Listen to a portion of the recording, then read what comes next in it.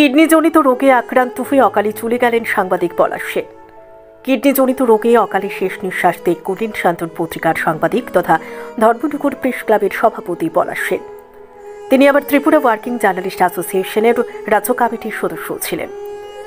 দীর্ঘ ৩০ বছর ধরে সাংবাদিকতার পেশায় নিয়োজিত ছিলেন তিনি।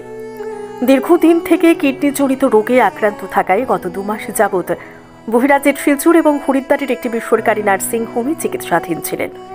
অবশেষে সোমবার রাত প্রায় ৯টা নাগাদ হরিদ্বারের বেসরকারি নার্সিং হোমে শেষ নিঃশ্বাস ত্যাগ করেন।